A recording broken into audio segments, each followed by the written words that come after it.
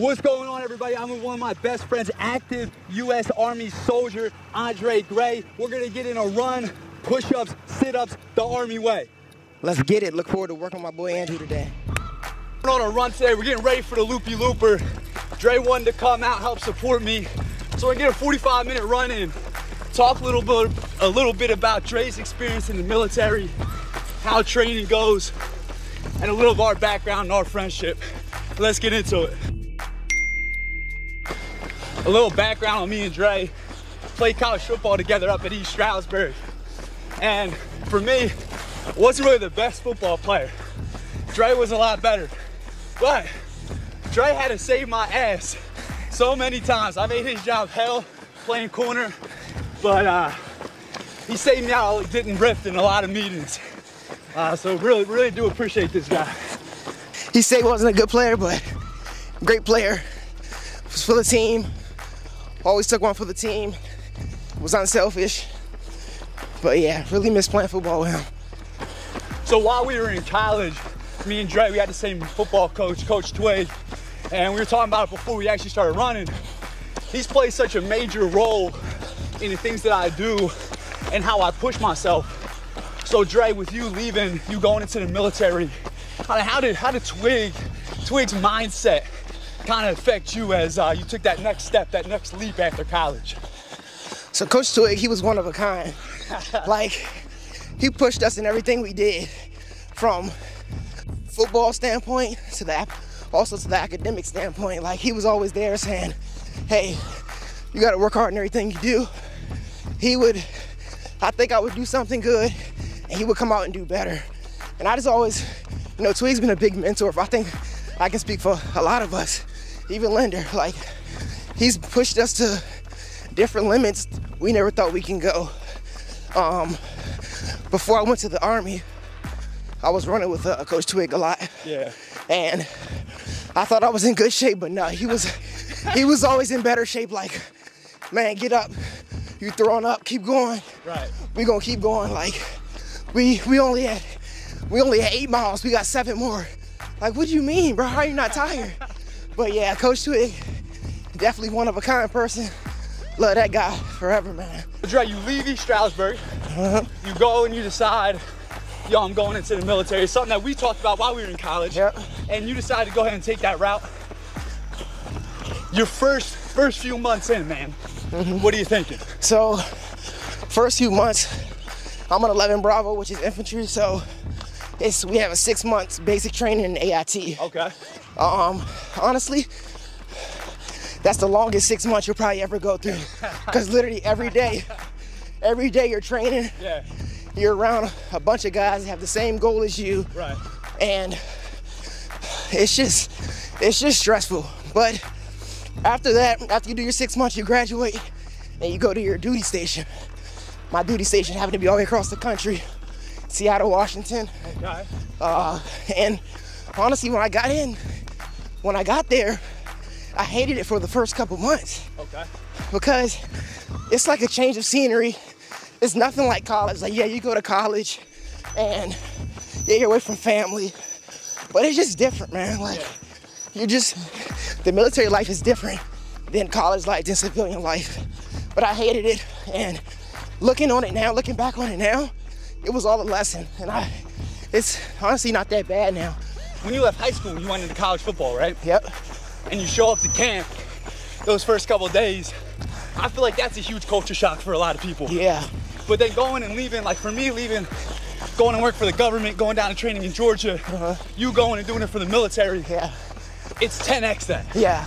Because you don't have that community, you don't have that option to just go home. Yeah. You don't have mom and dad there to like come see you on the weekends. Yep.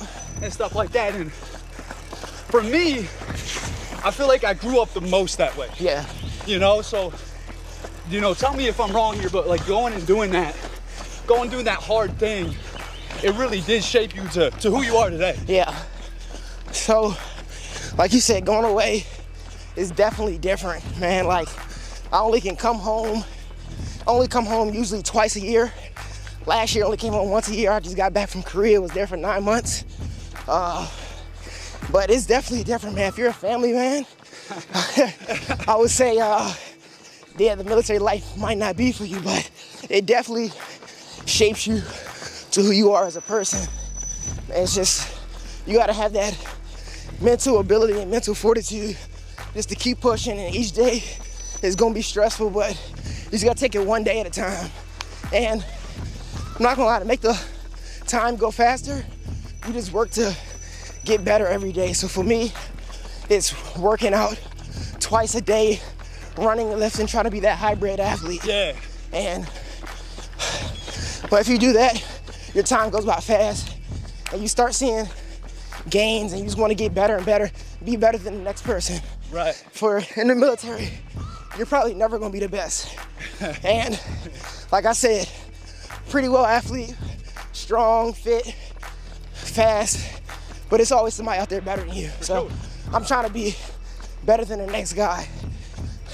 And that's that mindset that we have from being, you know, competitive and coming from playing sports and everything like that. And it's beautiful because I'm in the same boat, right? Yeah. You know, where it's like someone might look at me like, man, he just ran a sub 3-hour marathon. Yep.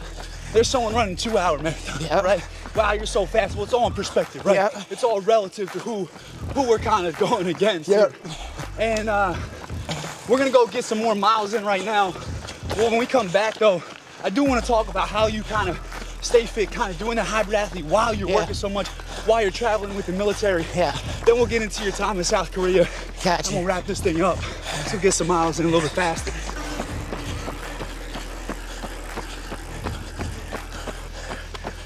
I know the standards you hold yourself to. Yeah. You're staying in really good shape and being one of those top guys. So how are you able to do that, man? Being all the way out in Korea, your food's different. Yeah. Your schedule's different. So how was that experience for you? So, like I said, I was in Korea for 9 months. Okay. Most of the days, you start the work day at 6 a.m. in the morning, and you don't finish till about 5, 6 in the evening, depending on the day. But, you know, if you want to be the best, you got to do what others aren't doing. So, usually I would wake up like 4:30 in the morning, hit the gym, because at 6 o'clock in the morning, you have organized physical training with your people at your job. Okay. So, like I said, so I work out in the morning, do PT, no matter what it is, no matter if we're running, lifting again, whatever. And then we'll do our work day. And then at the end of the day, I will go on a run. Because like I said, I'm trying to be the best I can be as a hybrid athlete. The running workouts in the evening usually consist of track workouts as like, 400-meter repeats.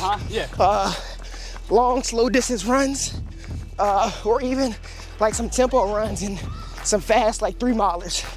I haven't really ran the farthest I ran in Korea, I'll say it's about 6 miles. Okay. Just because like we're doing a lot and I don't want to overtrain. For sure. So yeah, that was typically our day. But like I said, we were in the field a lot, never really at the base. We were always in the field, like training. So it just sets you back a little bit when you're out there. So you got to come back and work twice as hard. Yeah. Because you already took a week off because you in the field shooting weapons and stuff like that.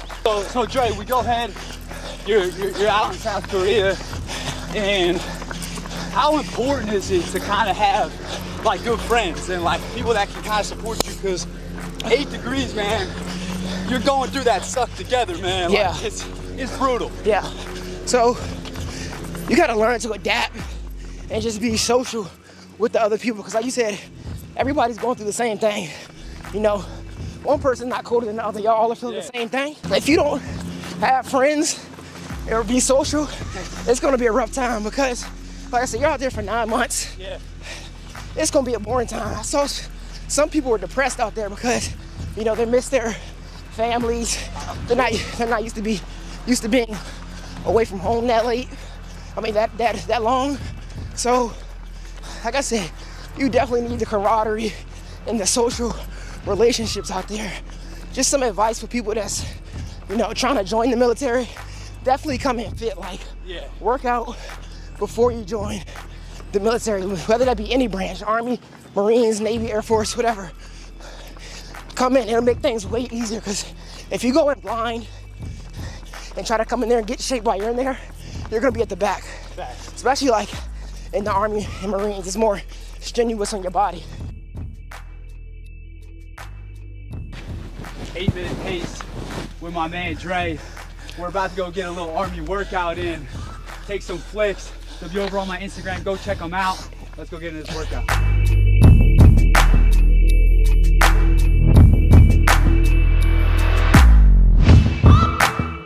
Guys, so you saw us run. We learned about Dre's story a little bit. You saw us do the max push-ups, max sets for 2 minutes, the Army style, the Army way.